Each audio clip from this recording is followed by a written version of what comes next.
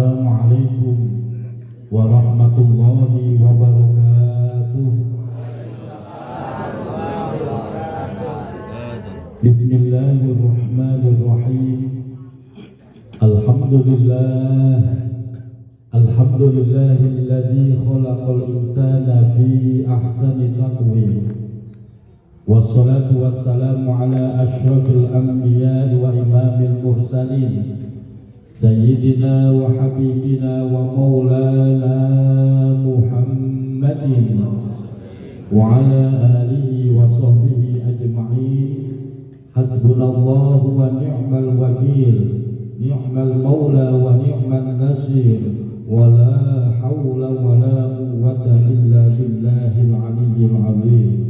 Allahumma anfa'na bima 'allamtana wa 'allimna ma yanfa'una birahmatika ya arhamar rahimin. Amin ya rabbal alamin. Al-Mukarramun Sahibul Bait, Sahibul Hajat, Bapak Mursalih beserta keluarga besar, semoga senantiasa Allah pelihara kesehatannya dan Allah tambah keberkahannya.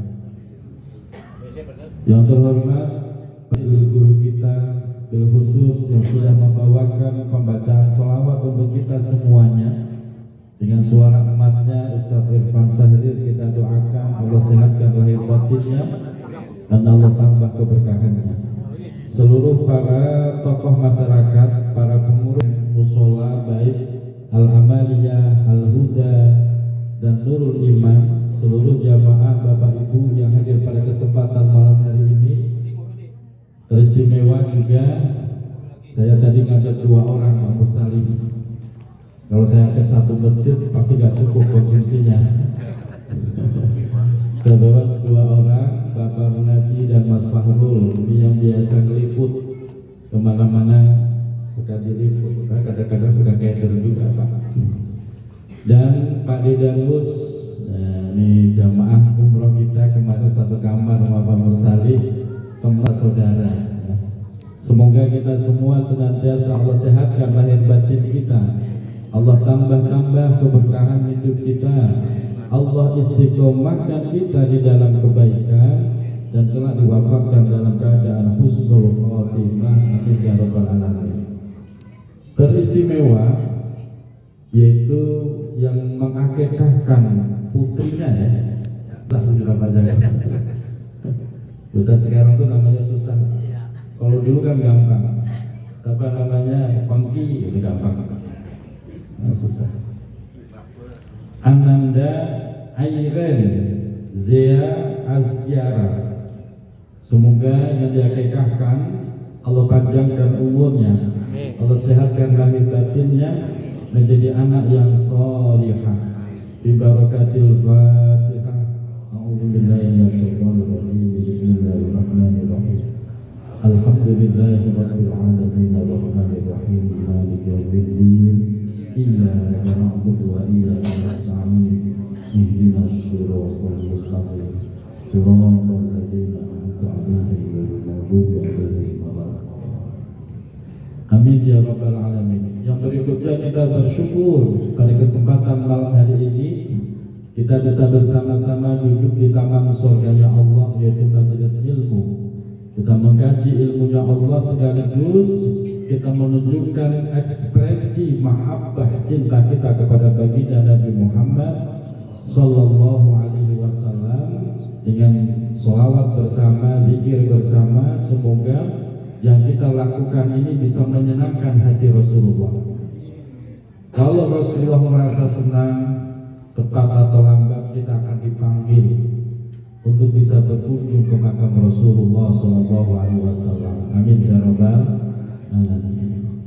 Bapak Ibu jamaah yang dirahmati Allah, kelewatan Sekretaris Majelis Taklim Pak Misbah yang datangnya tiap maulid sekali, cuma jauh sama Mas Jumadil Ula.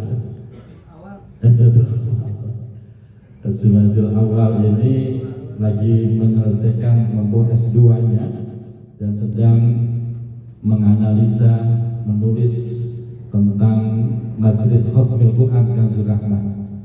Nah, kita doakan sukses dalam studinya, jadi ilmu yang bermanfaat. Bapak Ibu jamaah yang dirahmati Allah, malam ini kita melakukan dua acara sekaligus. Yang pertama akikah kelahiran sang jabang bayi, yang kedua maulid kelahiran baginda Nabi Muhammad SAW. Apa bedanya kelahiran Rasulullah dengan kelahiran kita? Ada bedanya apa enggak, Bu? Pasti ada. Kita manusia, kullu insanin yuladu 'alal faqr wa yutawaffa 'alal faqr. Kita manusia biasa, Bapak Ibu, yuladu 'alal faqr. Kita semua dilahirkan dalam keadaan fakir. Betul Pak? Saking fakirnya, setiap anak yang terlahir telanjang bulan. Gak ada yang lahir udah pakai jas, itu gak ada Pak. Betul. Saking fakirnya, baju aja gak punya. Wa yutawaffa 'alal faqri, dan besok pun kita akan diwafatkan Allah dalam keadaan fakir. Semua yang Bapak Ibu pakai akan dicopotin semuanya, kembali telanjang bulan. Betul? Bu? Bu? Itu cincin yang Ibu pakai bakal dicopot. Gelang yang Ibu pakai juga bakal dicopot. Buat siapa? Buat siapa? Buat istri muda. Ya kalau suaminya nikah lagi biasanya. Makanya sebelum Ibu dicopotin, mending copot sekarang. Ditipin di masjid, musola, dan itu besok di akhir diambil lagi. Begitu caranya. Alhamdulillah. Bapak Ibu dirahmati Allah, kita terlahir dalam keadaan fakir dan besok akan diwafatkan pun dalam keadaan fakir. Oleh karena itu dalam kajian ilmu tasawuf, Bapak Ibu, manusia akan dihadapkan pada 3 kefakiran. Yang pertama, faqrul ilmi, fakir ilmu. Yang kedua, faqrul amal, fakir amal. Yang ketiga, faqrul mal, fakir harta. Jawab dengan jujur, Bu, yang paling Ibu takutkan fakir apa? Wih, pura-pura itu. Saya udah belain mata ke sini, udah ketemu ibu-ibunya. Bapak, yang paling Bapak takutkan fakir apa? Ada fakir ilmu, fakir amal, fakir harta. Yang paling Bapak takutkan fakir apa? Serius Pak? Bohong ya? Bohong lah. Tiap melek mata yang dicari juga tambah ilmu, duit. Sampai kita mau tidur ya dipikirin ya masih duit. Berarti yang Bapak takutkan apa? Harta. Tadi bilang ilmu, bohong banget sih Pak. Bapak Ibu yang dirahmati Allah, maka kita doakan misi jabang bayi ini, biar Allah kayakan, kaya ilmu, kaya amal, kaya harta. Amin ya rabbal. Tadi diputar Pak, diputar. Ini bagian dari sunnah Rasulullah. Rasulullah itu ketika lahir Pak, itu diputar sama mbahnya, diajak tawaf. Disitulah kita ittiba, mengikuti setiap anak yang lahir, diajak muter tuh. Mestinya muternya tuh ke kiri Pak, keliling Ka'bah itu ke kiri. 7 kali muter. Itu ittiba kita. Makanya kenapa bayi diakikahkan itu ada dasarnya. Dan ketika tadi Bapak dipersilahkan mendoakan, ada banyak versi doa. Namun saya mendapatkan ijazah dari guru saya, kalau ketemu begitu Pak, doa yang kita baca, Bismillahirrahmanirrahim. Bismillahirrahmanirrahim. Allahumma barik hadal walad wa faqihhu fiddin. Itu kalau laki-laki. Kalau perempuan, wa faqihha fiddin. Ini saya dapat ijazah yang kalau diartikan Allahumma ya Allah, barik hadzal walad, berikan keberkahan kepada anak ini, wa faqihhu, dan pintarkan anak ini fiddin, dalam urusan agama. Kalau perempuan, wa faqihha fiddin. Dan doa ini yang disampaikan Rasulullah kepada Ibnu Abbas, salah satu sahabat kecilnya Rasulullah.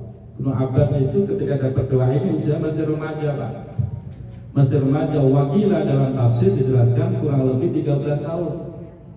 Karena sudah dapat doa Rasulullah, walaupun remaja, ini menjadi tempat pertanyaan ketika para sahabat terjadi muskil, kesulitan dalam menetapkan hukum.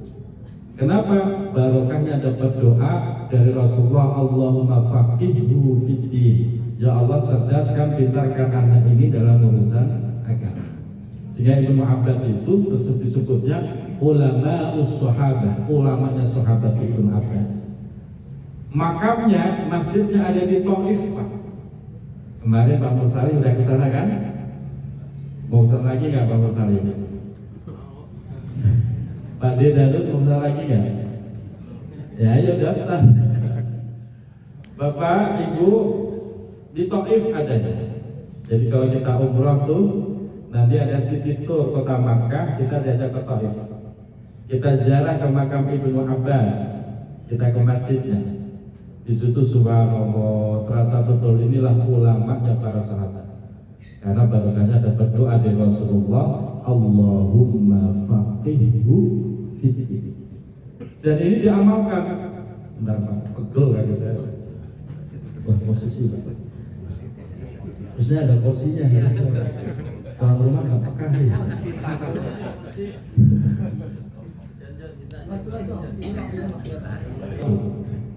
Setiap kali Bapak pegang anak yang masih kecil khususnya, Bapak peluk dia. Bapak peluk dari belakang, pegang kiri. Bacakan Allahumma faqihhu fiddin. Ya Allah, cerdaskan, pintarkan anak ini dalam urusan agama. Kalau perempuan, Allahumma faqihha fiddin. Bapak suka meluk anak yang punya anak kecil ya, punya cucu atau anak sendiri. Itu yang diajarkan oleh para ulama, termasuk saya dapat ijazah. Maka saya kalau megang anak, kalau meluk anak saya dari belakang. Kalau dari depan nggak bisa megang dadanya, dari belakang. Kita peluk, kita cium, kita pegang nih dada yang kiri Pak. Kita peluk, Allahumma faqihhu fiddin. Ini kalau anaknya kecil, mau anaknya kalau udah gede perempuan jangan pegang begini Pak. Udah nggak boleh, ini yang masih kecil. Udah terlalu gede gimana megangnya? Ya udah ajarin biar dia megang sendiri. Biar dia megang sendiri. Allahumma faqihni. Kalau untuk diri sendiri Pak, Allahumma faqihni. Ya Allah, pintarkan aku fiddin, dalam urusan agama. Ini doa mutawatir dari Rasulullah SAW, dan itu saya praktekkan.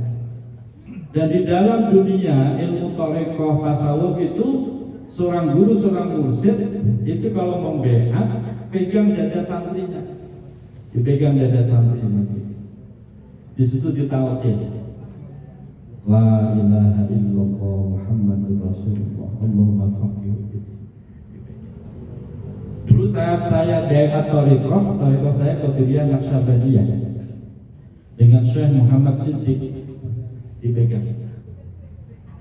Itu ternyata Masya Allah, tembus, benar-benar tembus. Kita biasa melafazkan zikir La ilaha illallah Muhammadur Rasulullah, biasa. Tapi begitu sang mursyid membeat kita, dipegang begitu, terus dituntun kalimat La ilaha illallah Muhammadur Rasulullah, itu ruh kita akan melayang gitu.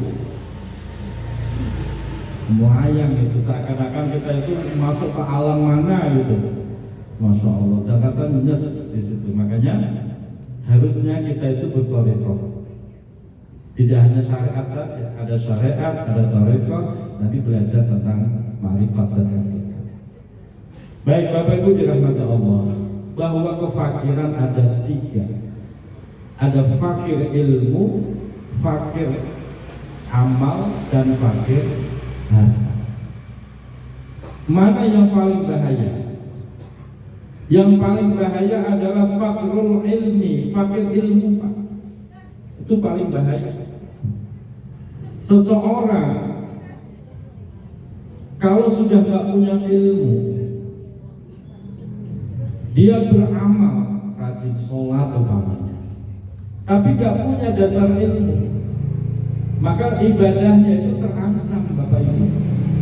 Mardudatun la tuqbal. Ibadahnya terancam, mardudah, tertolak, la tuqbal, tidak diterima. Kenapa?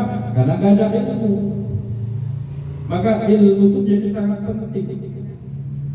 Seorang muslim rajin ibadah tapi gak mau belajar ilmu, wudunya dipastikan salah, sholatnya juga dipastikan salah. Karena ibadah yang dilakukan tanpa ilmu, seandainya benar sekalipun, itu sifatnya hanya kebenaran. Ibadah kok kebenaran, itu gak dianggap, Bapak Ibu. Makanya ilmu menjadi sangat penting. Dan disinilah rahasianya kenapa Rasulullah bersabda, tolabul ilmi faridotun ala kulli muslimin wa muslimatin. Belajar, ngaji itu wajib bagi muslim laki-laki maupun perempuan, minal mahdi ilal lahdi, dari lahir sampai masuk liang.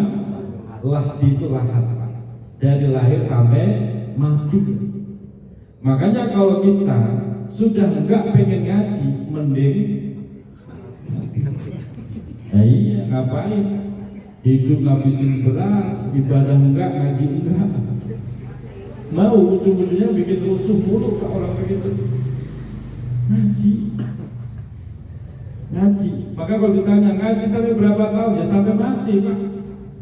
Maka kata istiqomah itu gak dibatasi 5 tahun, 10 tahun, tidak. Istiqomah itu sampai mati. Kalau cuma 5 tahun, 10 tahun itu belum disebut istiqomah. Kalau sampai mati baru disebut istiqomah.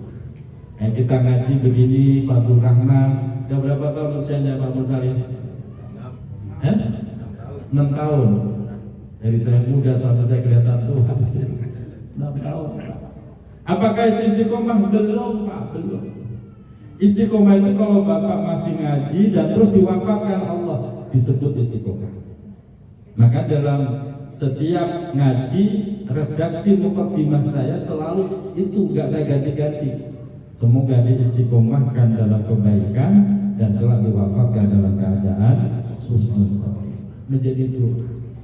Sebab yang namanya berbuat baik, Pak, siapapun bisa kalau sekali 2 kali mah. Betul? Bisa kalau sekali 2 kali. Yang susah itu istiqomah, rutin sampai mati dimatikan Allah. Oleh karena itu yang paling bahaya fakrul ilmi, Pak. Kalau nggak punya ilmu itu bahaya. Apalagi duitnya banyak. Bapak Ibu bayangin, duit banyak, badan sehat, rada gantengan dikit, nggak punya ilmu, kira-kira mainnya kemana coba? Woi, kemana Pak mainnya? Mending ke mall, ke warung, Pak.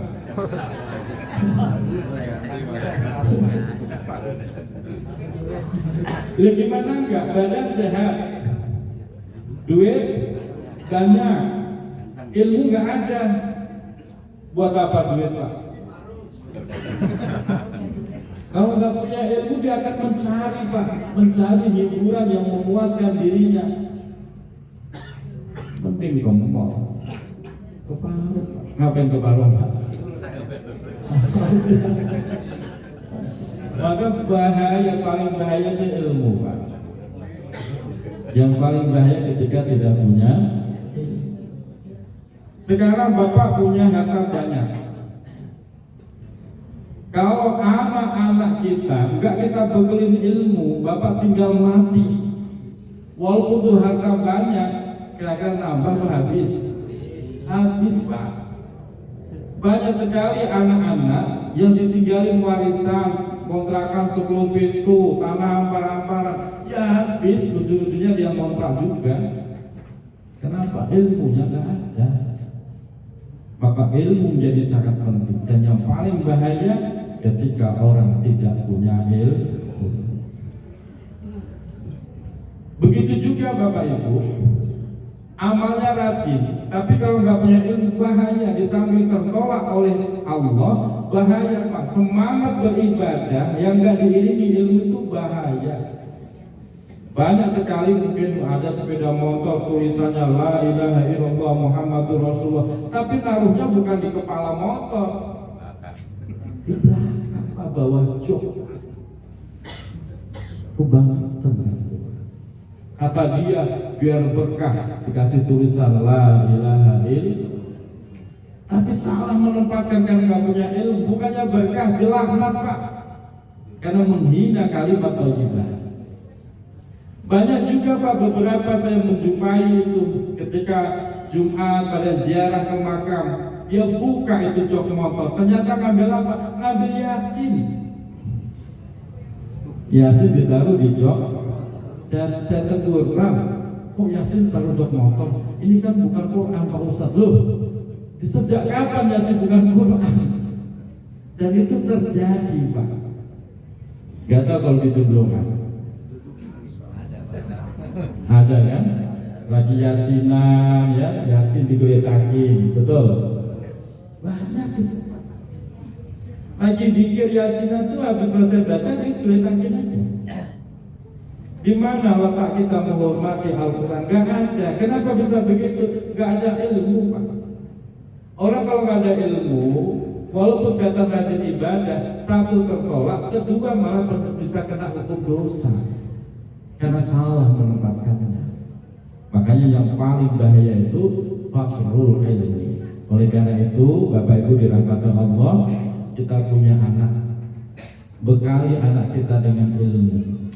Anak kalau sudah kita bekali dengan ilmu, walaupun nggak kita tinggali warisan, hidup bahagia, hidup selamat tuh bocah. Dan ilmu yang paling penting sebelum belajar ilmu-ilmu yang lain adalah ilmu akidah.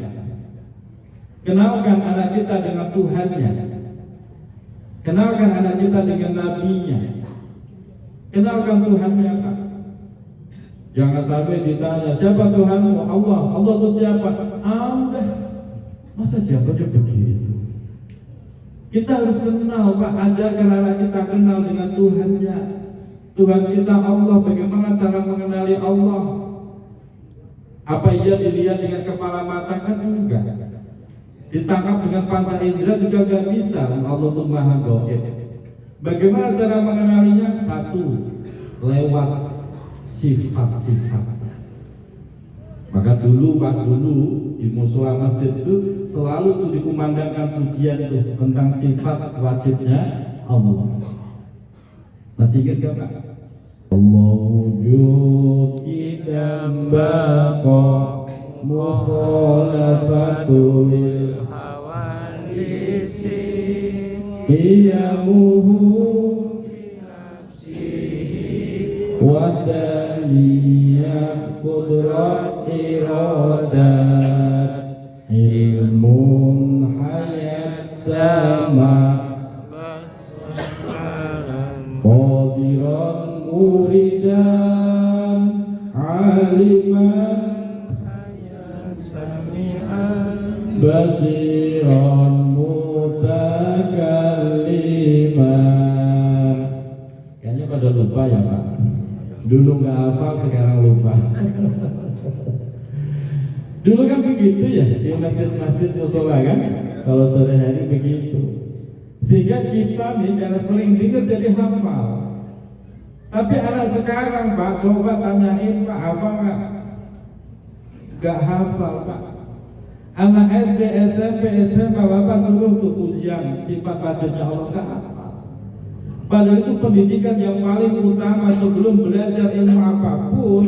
Kenalkan anak kita dengan akidah, biar dia mantap ibadahnya, karena kenal Tuhannya itu siapa, wujudnya Allah bagaimana, dibahas di situ Pak. Allah itu tidak, dahulunya Allah bagaimana? Apa ya kayak kita? Tentu tidak. Allah itu bako, kekalnya Allah bagaimana? Ajarkan itu semua. Sebab kalau kita nih Pak, akidah anak kita lemah, ujian akhir zaman itu luar biasa dahsyat Pak. Akhir zaman kata Rasulullah, iman seseorang tidak lagi tebal atau tipis, tapi keluar masuk Pak. Pagi iman, sore udah berubah jadi kufur. Naudzubillah itu akhir zaman Pak. Saking tipisnya iman orang sekarang. Maka kalau akidah anak kita nggak kita kencengin Pak, bapak mati, ternyata mati apa enggak? Kali nggak ada yang mau mati, mati kan? Rencanakan mati. Anak akidahnya lemah, masya Allah, ngeri Pak. Gara-gara pengen jabatan naik, dia rela mengorbankan imannya. Gara-gara senang sama perempuan, dia rela pindah agama. Udah kejadian belum? Udah banyak Pak. Bahkan yang lebih ngeri lagi, cuma gara-gara perut lapar Pak, gak tahan, ditukar dengan sembako, dia rela pindah agama. Naudzubillahimin. Kalau sampai itu terjadi kepada generasi kita di alam kubur nangis Pak. Nangis lihat anak kita udah pindah agama. Sementara kita orang tua itu berharap dapat kiriman doa, berharap dapat pahala dari ibadah yang dilakukan anak kita. Tapi sementara anak kita sudah pindah agama, kita mengandalkan siapa? Makanya anak itu aset yang paling berharga, yang harus kita rawat, kita jaga kesuciannya.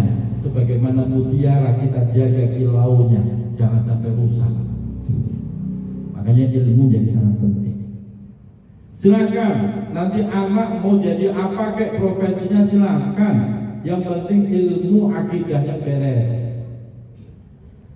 Begitu juga nanti kenal dengan sosok Rasulnya. Seperti kita maulid Pak. Maulid itu tidak sekedar mengenal hari, tidak sekedar mengenang hari lahirnya Rasulullah.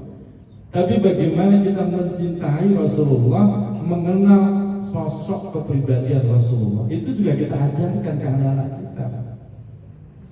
Makanya dari kemarin di majelis-majelis saya sampaikan, Bapak Ibu yang kepengen tahu banyak tentang sosok Rasulullah sebagai insanun kamil, manusia sempurna, Bapak Ibu beli deh kitab namanya Syama'ilin Nabiyyu Sallallahu Alaihi Wasallam, Syarah Syama'ilin Nabiyyi Sallallahu Alaihi Wasallam karya Imam At-Tirmidzi. Itu cakep luar biasa.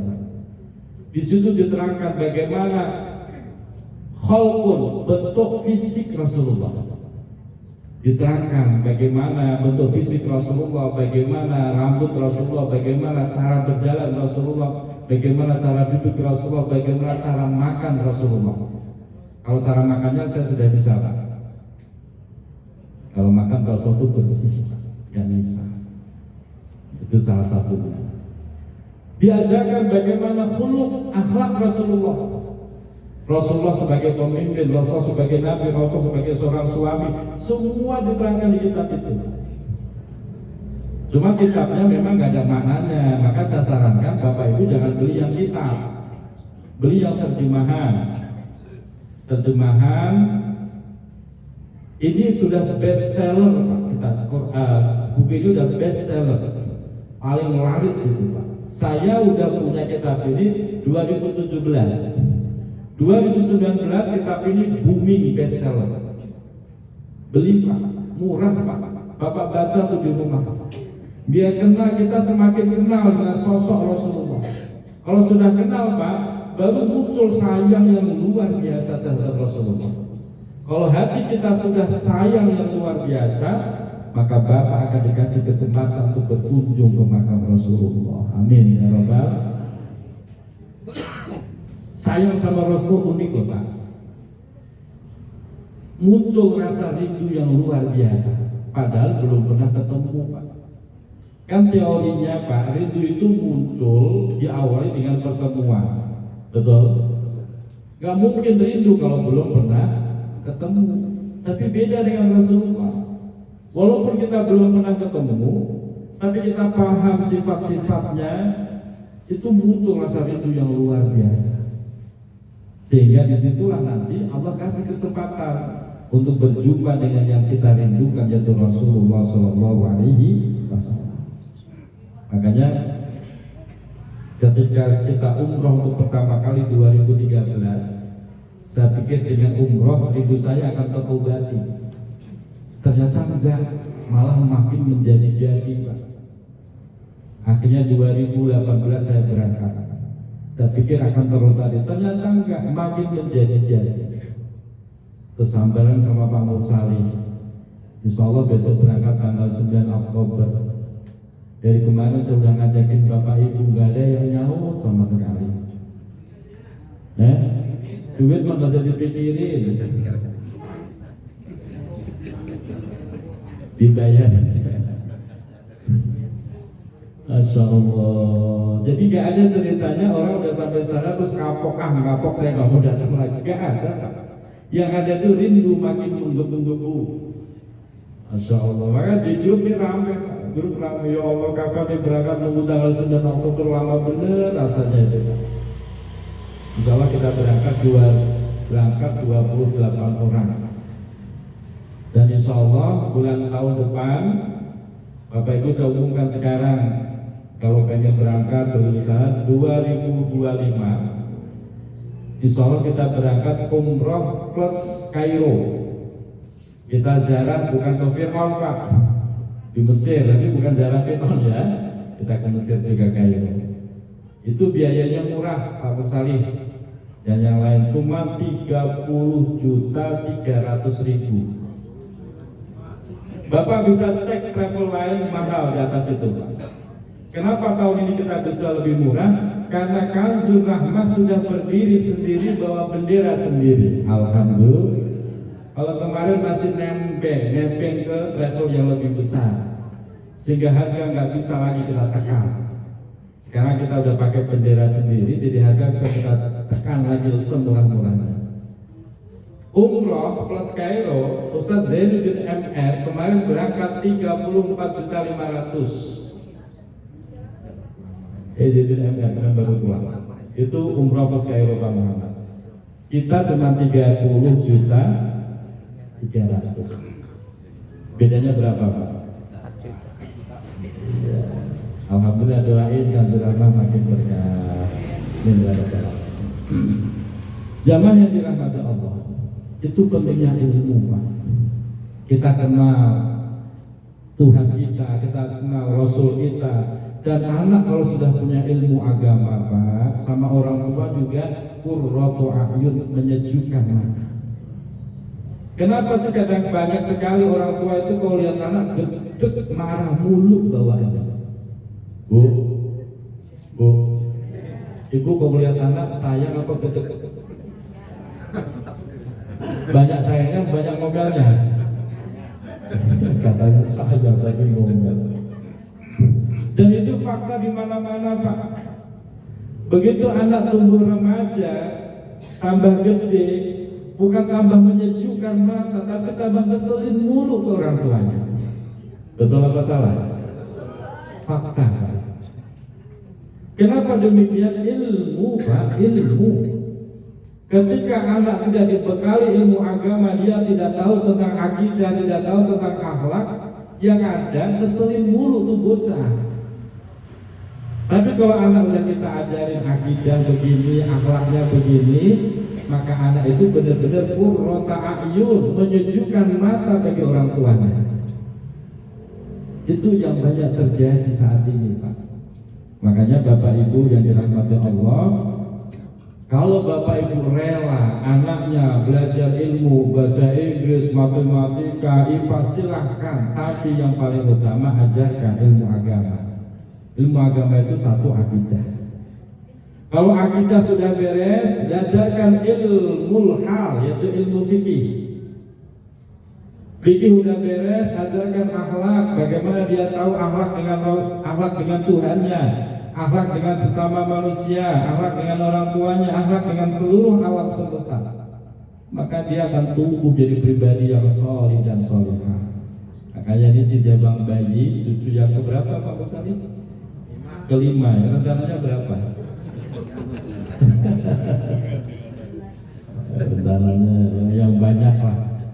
Itu bayangin tuh, cucu 5 solih semua. Amin. Pak Musari di alam kubur itu kebanjiran pahala Pak.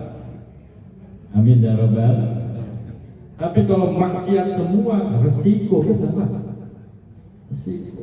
Makanya ilmu. Berbeda dengan amal. Seandainya bapak amalnya pas-pasan, tapi bapak punya ilmu, maka seluruh yang bapak lakukan bisa menjadi pahala. Makanya naumul alim khairun min ibadatil jahil. Tidurnya orang alim Pak, itu lebih baik dari ibadahnya orang bodoh. Kenapa? Orang itu kalau alim tidurnya aja pakai niat Pak. Bapak kalau tidur niat apa enggak? Niat apa? Niat tidur. Orang itu kalau alim Pak, semua jadi pahala, semua jadi ibadah. Sampai tidurnya aja jadi ibadah. Kenapa? Karena dia niat.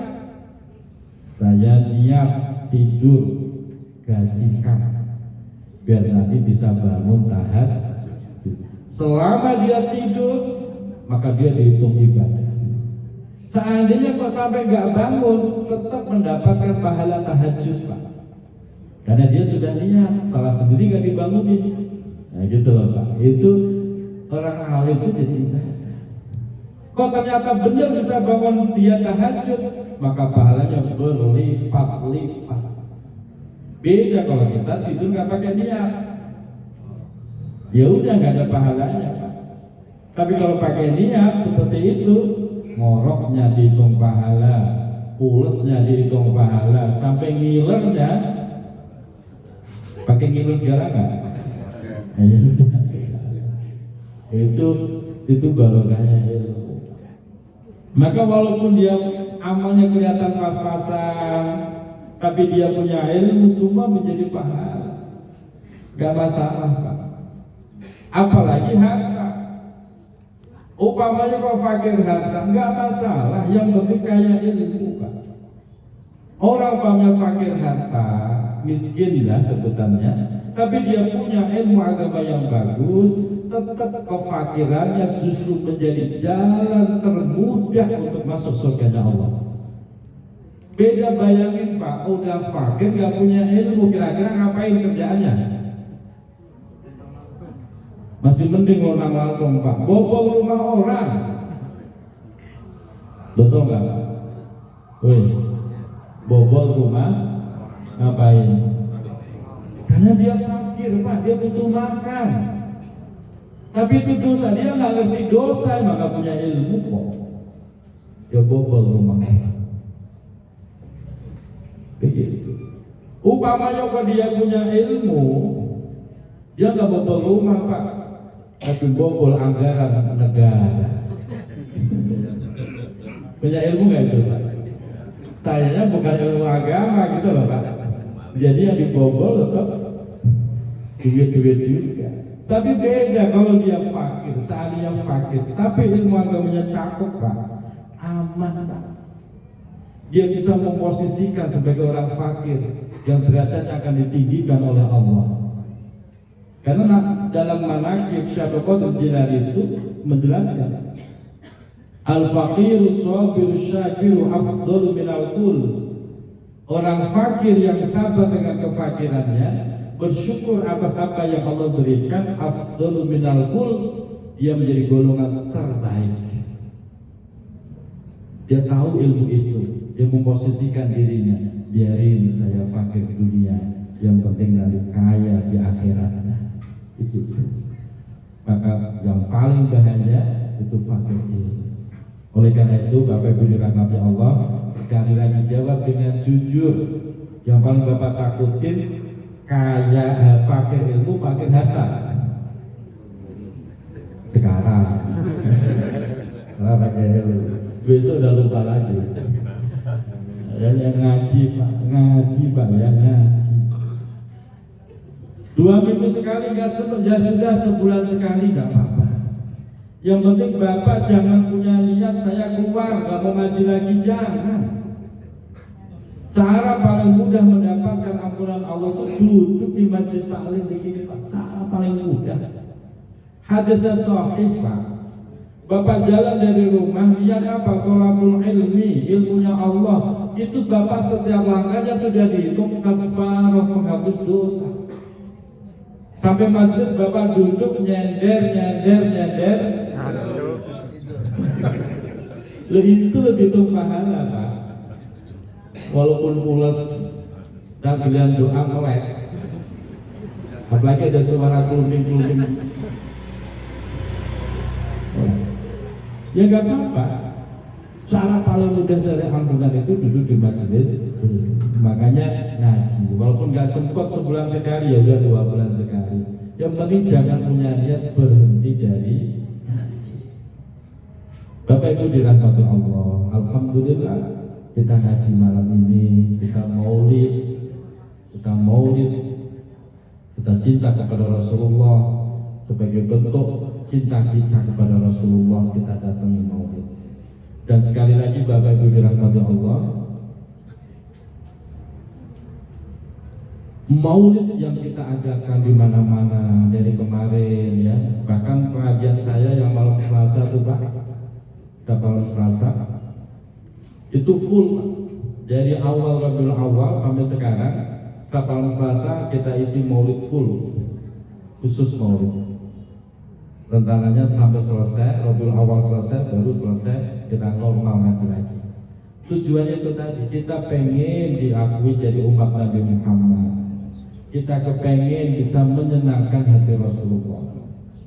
Karena sesungguhnya Bapak Ibu, ketika kita melakukan sebuah acara, agenda, apalah sebutannya, dalam rangka mencintai Rasulullah, jangan pernah keluar dari 3 perkara. Jangan pernah keluar dari 3 perkara. Perkara itu apa? 1, kalau memang kita cinta sama Rasulullah, yang pertama ittiba'us syariah. Kita harus mengikuti syariat yang diajarkan Rasulullah. Menjadi salah kalau ada orang maulid sampai larut malam, ujung-ujungnya nggak sholat subuh, ada nggak begitu? Banyak Pak. Itu sebuah kesalahan. Rasulullah bukannya senang, Rasulullah malah benci Pak. Kenapa? Dia tidak mengikuti syariat. Silahkan Bapak mengekspresikan rasa cinta Rasulullah, tapi jangan keluar dari 3 perkara ini. Yang pertama ittiba'us syariah, ikutin syariatnya. Kalau Bapak tiba-tiba ketemu orang, kelihatannya hebat, bisa terbang sekalipun, kalau dia nggak sholat, jangan pernah diikuti, jangan pernah dipercaya. Jelas Pak? Kalau tuh ada orang ngaku bisa ngomong sama malaikat, bisa ngomong sama semut, tapi nggak mau sholat, jangan pernah dipercaya. Sebab kenapa? Itu sudah keluar dari umat Nabi Muhammad, udah keluar itu Pak. Tapi dia cinta solawatan terus, tapi kalau nggak ittiba'us syariah nggak bisa Pak. Dia wali itu nggak pernah ninggalin syariat. Jadi kalau Bapak tiba-tiba ketemu wali, zuhur, asar, maghrib, ngopi nggak pindah-pindah, jangan pernah dipercaya. Jelas Bapak Ibu? Itu karomah, saya paham karomah, saya iman dengan karomah itu ada. Tapi namanya wali tidak pernah meninggalkan syariat. Lebih tinggi mana sih derajat wali dengan Nabi? Tinggi mana Pak derajatnya? Nabi saja nggak pernah ninggalin sholat. Nah ini ngaku-ngaku wali tapi nggak mau. Yang luar biasa loh, pengikutnya ya banyak gitu loh Pak. Kan aneh Pak. Maka saya bilang, Siapapun yang ngaku cinta Rasulullah tapi kalau tidak mengikuti syariatnya, jangan dipercaya. Ittiba'us syariat. Dan itu dinas dalam Al-Quran. A'udzu billahi minasy syaithanir rajim. Qul in kuntum tuhibbunallaha fattabi'uni yuhibbukumullahu wa yaghfir lakum dzunubakum wallahu ghafurur rahim. Qul, katakan wahai Muhammad, in kuntum tuhibbunallah, jika kalian semua cinta kepada Allah, fattabi'uni, ikutilah aku. Aku di sini siapa? Nabi Muhammad. Maka fattabi'uni, ittiba'us syariah, mengikuti syariat Rasulullah. Syariat Rasulullah itu mana? Tertuang di dalam Al-Quran, tertuang di dalam hadis-hadisnya, tertuang di dalam rukun Islam. Bu, rukun Islam ada berapa? Beneran gak bisa jawab, Bu? Coba yang bagian Solo dulu deh, Pak. Rukun Islam ada berapa, Pak? 5. Sini rukun Islam ada berapa? 5 apa 6? Jangan ikut-ikutan loh, Pak. Masya Allah. Rukun Islam ada 5. 1, syahadat. Yang kedua, sholat. Ketiga, zakat atau puasa. Keempat, kelima, itu syariat Rasulullah. Kalau ada orang ngaku Islam, bisa terbang, tapi nggak sholat, jangan percaya. Kenapa? Dia udah keluar dari golongan Nabi Muhammad. Kenapa? Karena tidak ittiba'us syariah. Mohon maaf Pak, kenapa ini saya tegesin? Akhir zaman Pak, orang lebih senang belajar ma'rifat daripada belajar syariat. Dia syariat, hakikat. Tapi suruh duduk ngaji fikih itu gak mau, Pak. Duduk ngaji hadis enggan dia. Dan saya sudah mendapatkan laporan data di Depok tuh Pak. 1 di Citayam, majelis kajian Ma'rifatullah. Gurunya kata muridnya nih, sholatnya nggak mau kelihatan orang. Begitu katanya.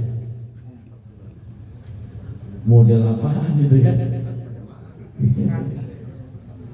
Akhirnya muridnya ikut-ikutan.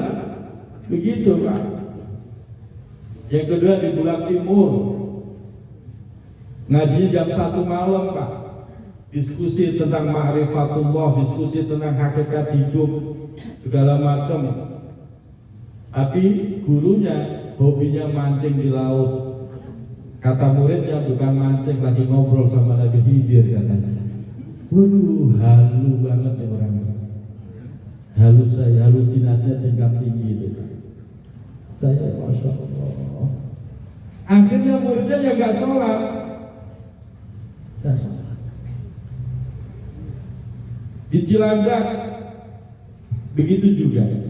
Bahkan gurunya dipanggil Hadratus Syekh. Saya tanya muridnya, kamu tahu nggak definisi Hadratus Syekh itu? Sembarangan pakai panggil Hadratus Syekh. Nggak tahu dia. Saya bilangnya, orang tuh berhak disebut Hadratus Syekh minimal hafal hadis 7.000. Satu hadisnya beletotan 7.000. Dipanggil Hadratus Syekh. Bahkan sampai muridnya ngomong begini, kiai saya tuh luar biasa. Apa luar biasa? Gak pernah tidur, gak pernah makan, puasa terus. Saya bilang itu bukan luar biasa, jangan-jangan demit kiai udah begitu. Kiai yang benar itu waktunya melek, waktunya tidur, waktunya ngaji, waktunya ngopi, ya ngopi Pak. Ya satu ya. Ya kalau nggak tidur, nggak makan, terus apa namanya? Demit. Dibilang malaikat yang enggak, ya demit Pak. Bukan begitu orang hebat itu. Ini sekali lagi mohon maaf Pak, ya Allah. Sholat nggak? Enggak. Tapi anaknya, muridnya disuruh sholat semua. Terus dianya ngapain? Dia ke belakang rumah merokok. Ya katanya nggak makan, merokok doang, nggak makan. Astagfirullahaladzim. Di Cilandak Pak. Pengikutnya ada. Loh Indonesia itu begitu Pak. Jualan apa aja laku. Giliran kiai ngopi ngerokok malah dikritik. Kiai kok ngopi, kiai kok ngerokok. Ya kenapa ngerokok bawa sendiri juga? Masya Allah. Makanya Pak, Bu, kita ittiba syariah. Menjadi sia-sia Pak. Kita ngaku saya cinta Rasulullah, tapi gak ngikutin syariatnya Rasulullah. Itu namanya Bapak melukai hati Rasulullah. Karena Rasul diutus itu untuk menyampaikan risalah dakwah syariat. Lu kok kita ngaku cinta tapi nggak menjalankan syariat, kan sakit Rasulullah hatinya. Itu yang harus diingat. Jangan pernah percaya dengan yang katanya karomah tapi itu tidak. Yang kedua Pak, mahabbah cinta Rasulullah tidak boleh keluar dari tiga. Yang kedua adalah ihya'us sunnah, menghidupkan sunnah Rasulullah. Kalau memang ngaku cinta Rasulullah, hidupkan sunnahnya. Pagi-pagi sebelum berangkat kerja, sholatlah 2 rakaat. Sholat apa? Sholat subuh boleh, isyraq boleh, duha juga boleh. Ini kadang-kadang mohon maaf, pagi-pagi mau berangkat kerja, yang diopenin bukan urusan sunnah sholat duhanya. Ngopi dulu Kopi dulu Pak. Saya juga tukang ngopi Pak, tapi ya tahu kapan harus ngopi, kapan harus kerjain sunnah. Kadang-kadang malam 2 kali bangun. Ya Bu, ngapain? Habis kencing? Nggak cebok? Cebok gak? Ya kan udah cebok, udah kena air, kenapa yang wajah nggak sekalian dibasuh gitu loh maksudnya. Udah 2 kali bangun. Padahal ketika Allah membangunkan kita, ya pasti ada tujuan dan kita bisa tahajud. Ini enggak sampai 2 kali bangun, cuma kencing doang.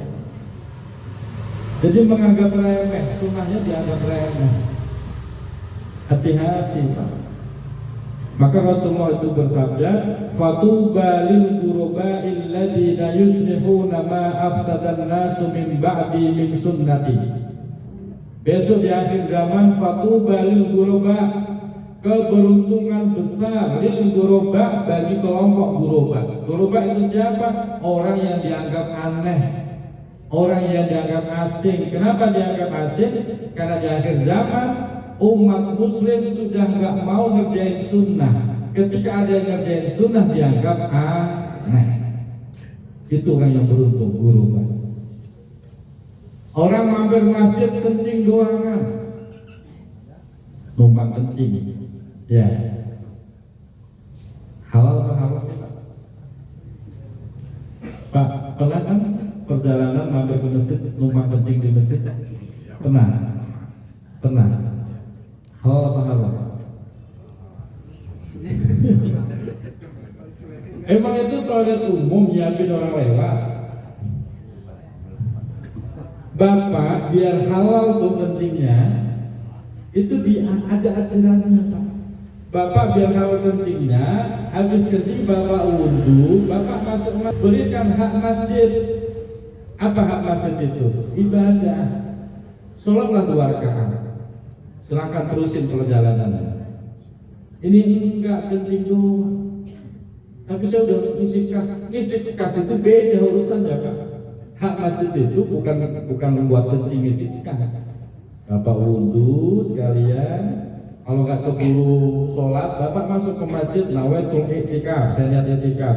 Dengan ucapin subhanallah walhamdulillah wala ilaha illallah. Udah, terusin perjalanan. Udah sah itu Pak. Sudah memberikan hak masjid.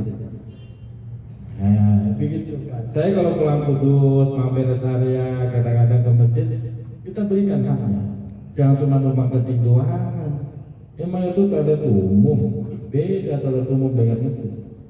Nah, hal-hal seperti itu loh Pak, itu namanya ihya'us sunnah, menghidupkan sunnah Rasulullah. Dan yang luar biasa Bapak Ibu, ketika Bapak Ibu melakukan sunnah dengan niat menghidupkan sunnah Rasulullah, contoh umpamanya, ini kita kan rencananya istri makan ya, ada makannya mana? Karena tadi saya di Alfarogo nggak ikut makan Pak. Tadi Alfarogo ada nasi kuning, saya bilang saya nggak usah makan. Pikiran saya kan dimakan di Pak Salim begitu. Ya. Kalau enggak ya nggak apa-apa sih. Kita mau makan baca doa enggak? Itu sunnah Rasulullah. Bapak niatkan lagi, saya niat menghidupkan sunnah Rasulullah. Maka saat itu juga Bapak mendapatkan seluruh pahala orang yang membaca doa mau makan. Itu hebatnya kalau diniatin Pak. Jadi jangan sekedar doa Allahumma barik lana fima razaqtana. Jangan sekedar doa, dalam hati saya doa niat menghidupkan sunnah Rasulullah. Maka Bapak mendapatkan pahala seluruh orang yang malam ini membaca doa maka. Bapak masuk masjid, Bapak niat nawaitul i'tikaf, Bapak niat i'tikaf, sunnah itu Pak. Tapi ketika Bapak niatkan lagi, saya niat menghidupkan sunnah Rasulullah, maka Bapak mendapatkan pahala seluruh orang yang masuk masjid membaca doa itu. Itu luar biasa. Makanya ilmu jadi sangat penting kan di situ. Orang itu kalau punya ilmu, pahalanya selalu lebih banyak karena tahu Pak. Nah disinilah ihya'us sunnah. Kalau ada orang ngaku cinta Rasulullah tapi membenci sunnah Rasulullah, namanya menyakiti hati Rasulullah. Apakah ada aliran begitu? Ada Pak, di Rawadenok bagian ujung. Saya paham, ada namanya aliran ingkar sunnah. Aliran ingkar sunnah. Kayak ini udah tahu ya? Dia nggak mau sunnah Rasulullah. Dia bilang ngapain begitu sunnah Rasulullah? Rasulullah itu ya manusia juga. Dia maunya langsung Al-Quran tok. Saya pernah diskusi sama penolaknya situ Pak. Dia maunya Al-Quran tok. Langsung saya cut. Antum hafal Quran? Enggak. Langsung saya sombongin Pak. Nyombongin orang sombong itu hukumnya sunnah. Saya bilang, saya ini hafal Quran, salasi dan juz 30 juz. Tapi saya tetap pakai sunnah. Langsung diem dia Pak. Dia cuma diem doang, nggak berubah enggak. Susah Pak, ini kan hidayah Allah. Ternyata ada Pak orang yang ingkar sunnah itu ada. Makanya dengan adanya taklim sunnah ini, kita bisa mendeteksi. Oh tiba-tiba muncul gerakan aliran yang menyimpang Pak Mursali dan tokoh-tokoh Pak RW, segera bergerak. Itu mendesakkan. Na'udzubillahimin. Yang ketiga, terakhir Bapak Ibu udah mulai gelisah. Kalau kita ngaku cinta sama Rasulullah, yang ketiga, jangan pernah keluar. Iksarus sholawat, memperbanyak sholawat. Ayatnya juga jelas. Innallaha wa malaikatahu yusalluna 'alan nabi. Ayyuhalladzina amanu sallu 'alaihi wa sallimu taslima. Iksarus sholawat, perbanyak baca sholawat. Tiga-tiganya ini jangan sampai ditinggal. Kalau ngaku cinta sama Rasul atau mengambil salah satu menghilangkan yang dua, nggak boleh juga. Saya milih perbanyak sholawat tapi nggak sholat subuh, nggak sholat nggak kepake. Makanya jangan pernah keluar dari tiga hal ini. Yang pertama ittiba'us syariah, yang kedua ihya'us sunnah, yang ketiga iksarus sholawat, perbanyak sholawat. Kapan? Ya kapan saja perbanyak sholawat. Hukum baca sholawat ada dua. Satu wajib, kedua sunnah. Kapan itu wajib? Ketika di dalam tasyahud tahiyat sholat kita. Bapak kok nggak baca sholawat, nggak sah sholatnya. Betul. Kedua, di dalam rukun khutbah Jumat, khotib pun nggak baca sholawat, nggak sah khutbahnya. Selebihnya sunnah, perbanyak sunnah. Dan Bapak kalau nanti di makom Raudhah makam Rasulullah, sebelum sholawat ucapkan salam. Assalamu alayka ya Rasulullah. Ikutin Pak.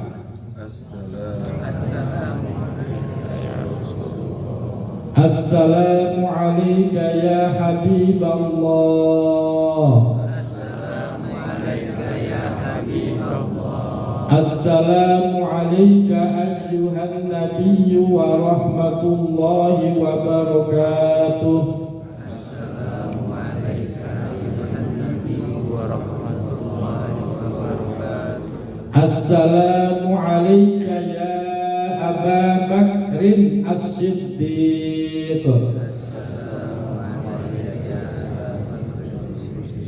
Assalamu alayka ya Umaru Al-Faruq.